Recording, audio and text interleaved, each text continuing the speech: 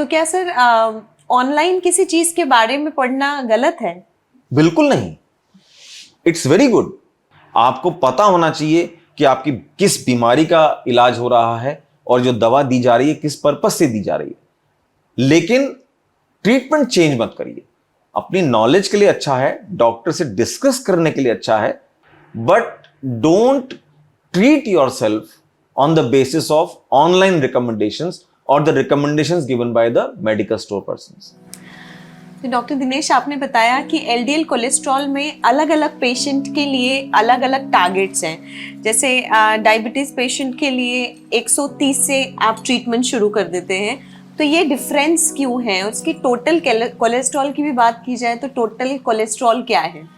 Diabetes को हम लोग जल्दी ट्रीटमेंट 130 पे ही क्यों स्टार्ट करते हैं और बिना डायबिटीज के हम 190 तक का वेट क्यों करते हैं? उसका रीजन है कि जिसको कोई रिस्क फैक्टर नहीं है, डायबिटीज नहीं है, ब्लड प्रेशर नहीं है, स्ट्रॉन्ग फैमिली हिस्ट्री नहीं है, अकेला कोलेस्ट्रॉल उसको शायद हार्म ना पहुंचाए हार्ट को। वो हार्म शुरू होगा 190 मिलीग्राम पर डेसीलीटर एलडीएल कोलेस्ट्रॉल क्रॉस करने पर।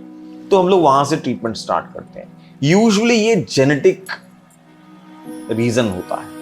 जब अगर इतना हाई कोलेस्ट्रॉल अगर किसी को है तो यूजुअली एक जेनेटिक रीजन होता है।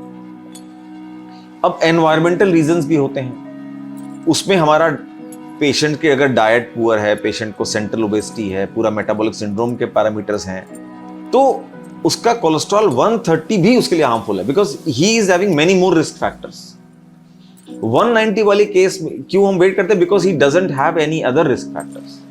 अगर कोई पर्सन जिसको अंडरलाइंग डायबिटीज नहीं है, जिसको अंडरलाइंग हाइपरटेंशन नहीं है, हार्ट डिजीज नहीं है, अकेला 170 मिलीग्राम पर डेसीलीटर का एलडीएल कोलेस्ट्रॉल शायद हार्म न पहुंचाए। इसलिए we wait till those levels are reached कि हम 190 मिलीग्राम पर डेसीलीटर के ऊपर हार्मफुल हो सकता है, इसलिए वहां ट्रीटमेंट करते हैं। But if the person is having diabetes, hypertension, cardiovascular history, family history of heart disease, then cholesterol of even 150 milligram per deciliter can be harmful to the patient.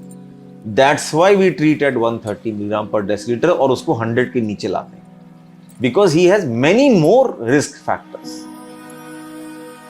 ये डिफरेंस इसलिए बनाया गया है कि हमको अल्टीमेटली हार्ट को बचाना है। स्टडीज होती हैं, लॉन्ग टर्म स्टडीज होती हैं। डायबिटीज के पेशेंट्स पे हमने ये पाया कि अगर हम उसका केवल डायबिटीज कंट्रोल करते हैं तो हार्ट डिजीज होने से उसको बचा नहीं पाते। हमको कोलेस्ट्रॉल को भी कवर करना पड़ता है, हमको स्टैटिन देना पड़ता है। तो ज्यादातर आपने डॉक्टर्स के प्रिस्क्रिप्शंस आप पाएंगे जिसमें डायबिटीज की दवा के साथ साथ स्टैटिन भी लिखा रहता है, बिकॉज अगर हमें उसके हार्ट को एक्चुअली बचाना है तो केवल डायबिटीज ट्रीट करके हम उसको नहीं बचा सकते। हमको उसको डायबिटीज को भी कंट्रोल रखना है, हमको उसको ब्लड प्रेशर की दवा भी परफेक्ट देनी है जिससे उसका ब्लड प्रेशर कंट्रोल रहे, हमको उसको स्टैटिन भी देना है, क्योंकि स्टैटिन से ही ऐड करने से ये स्टडीज में पाया गया कि आप उसके हार्ट डिजीज को बचा सकते हैं। तो ज्यादातर प्रिस्क्रिप्शन पे स्टैटिन लिखा होता है। पेशेंट मेडिकल स्टोर जाता है कि साहब इतनी सारी दवा क्यों लिखी गई है मुझे? वो बोलता है आपका कोलेस्ट्रॉल तो नॉर्मल है, ये दवा आप हटा दो, आपकी दवाई कम हो जाएगी। लेकिन अगर वो ऐसा करता है तो वो हार्ट डिजीज से अपने को नहीं बचा पा रहा, क्योंकि ब्लड प्रेशर और कोलेस्ट्रॉल दोनों कंट्रोल होना बहुत जरूरी है। स्टैटिन प्रिस्क्रिप्शन में होना जरूरी है अगर आपको अपने हार्ट को बचाना है, specially when you are having diabetes. जैसे आपने अभी कहा कि पेशेंट खुद से जाकर आप मेडिकल स्टोर में अपनी वो मेडिसिन हटा देते हैं, क्योंकि आपको पेशेंट को ये लगता है कि वो कोलेस्ट्रॉल उनका कम है तो वो क्यों खाएं ये दवा। तो ऐसे कभी आपका कोई एक्सपीरियंस हुआ है कि आपके कोई पेशेंट आए हो जिन्होंने, क्योंकि आजकल हमें ऑनलाइन सर्च करके सब कुछ मिल जाता है, कुछ अच्छी इन्फॉर्मेशंस भी, तो खुद ही ट्रीट करने की कोशिश करते हैं कुछ पेशेंट्स खुद को। तो आपके पास ऐसा कोई एक्सपीरियंस आया है कि पेशेंट ने खुद से पहले अपना मेडिकेशन किया, उसके बाद उन्हें प्रॉब्लम हुई, या फिर उन्हें करना चाहिए कि नहीं करना चाहिए? एक बहुत पुरानी कहावत है इंग्लिश में, half a knowledge is very dangerous. तो आधी नॉलेज बहुत खतरनाक है। हम अगर किसी पेशेंट को स्टैटिन लिख रहे हैं तो बहुत एक एविडेंस बेस्ड प्रिस्क्रिप्शन है वो। हमने कई सालों की स्टडीज हैं जिसकी वजह से स्टैटिन लिखा गया है। कोलेस्ट्रॉल की रिपोर्ट देख के नहीं लिखा गया है। कोलेस्ट्रॉल आपको 130 140 मिल रहा है तो सबको लगता है मेरा एलडीएल कोलेस्ट्रॉल तो 130-40 है, नॉर्मल है, जबकि रिपोर्ट में 190 की नॉर्मल फिगर लिखी गई है। तो मैं क्यों खाऊं इस दवा को? ऑनलाइन सर्च किया या मेडिकल स्टोर वाले से पूछ लिया और उसने स्टैटिन सजेस्ट कर दिया कि आप हटा दो। तो दिस इज वेरी डिट्रीमेंटल। आप you should trust your doctor कि वो स्टैटिन क्यों लिख रहा है आपको, आपके हार्ट को बचाने के लिए लिख रहा है। कोलेस्ट्रॉल की रिपोर्ट कई बार हम लोग देखते भी नहीं है। अगर पेशेंट को अंडरलाइंग डायबिटीज है, हाई रिस्क फैक्टर है हार्ट डिजीज का, तो irrespective of normal LDL cholesterol भी स्टैटिन लिखते हैं, बिकॉज स्टैटिन के अदर बेनिफिट्स भी हैं। ये कोई मेडिकल स्टोर वाला नहीं जानता, ये ऑनलाइन भी आपको नहीं मिलेगा। तो हर दवा का अपना अपना रोल है।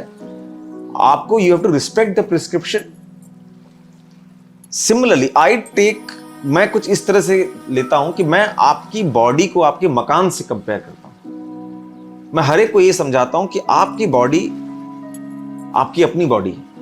मकान चाहे खरीदा हो चाहे रेंट पे हो, आप उसको बदल सकते हैं। बॉडी को आप नहीं बदल सकते, बॉडी आपके साथ चलेगी।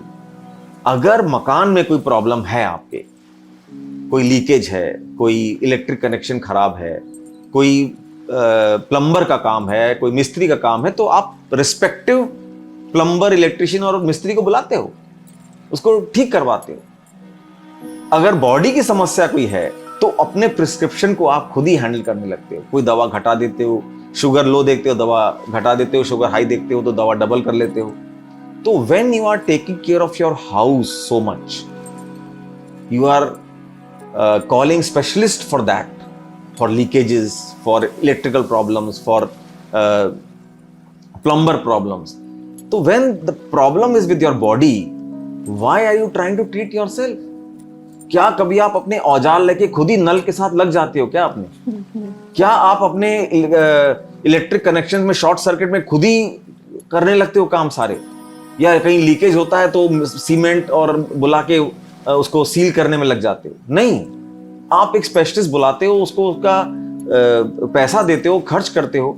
तो जब आप अपने मकान की इतनी सुरक्षा करते हो, मकान के लिए इतना केयर करते हो, तो अपनी बॉडी के साथ क्यों कॉम्प्रोमाइज करते हो? बॉडी तो आपकी ज्यादा जरूरी है, उसको आप चेंज नहीं कर सकते। उस पर सीलन आ गई तो आपको बॉडी छोड़ के दूसरे बॉडी में नहीं जा सकते, मकान तो फिर भी बदल लोगे। तो please take care of your body, don't change your prescription on your own.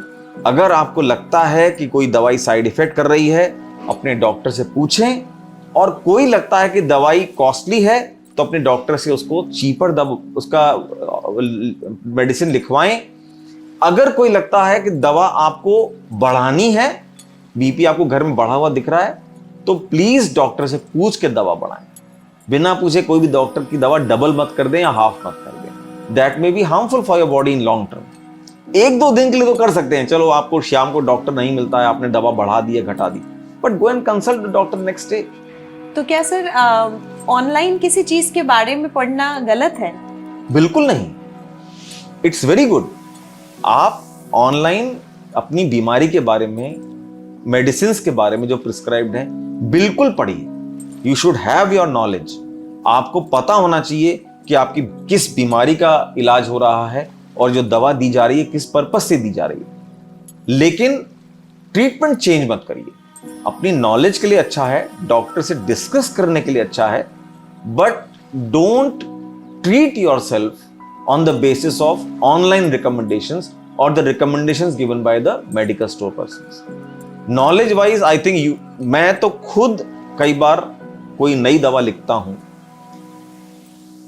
तो मैं पेशेंट से कहता हूं कि आप इस बारे में पढ़िए, feel confident while having that medicine कि ये डॉक्टर ने दवा लिखी है तो क्यों लिखी है। अगर वेट घटाने की दवा लिखी है तो डॉक्टर ने क्यों लिखी है, क्या इसके फायदे हैं और क्या साइड इफेक्ट्स हैं। You should know everything about your disease and medicine, but don't try to change the treatment on the basis of online recommendations. Thank you doctor Dinesh. हमने एक बहुत ही इम्पॉर्टेंट टॉपिक को आज कवर किया है कि खुद से ट्रीट ना करें, और अगर आप कुछ पढ़ रहे हैं तो आप सबसे पहले अपने डॉक्टर के पास जाएं, उनसे कंसल्ट करें और आपके मन में जो भी डाउट्स हैं उसे क्लियर करें और फिर ट्रीटमेंट लें। Thank you sir, thank you so Thank you. Much.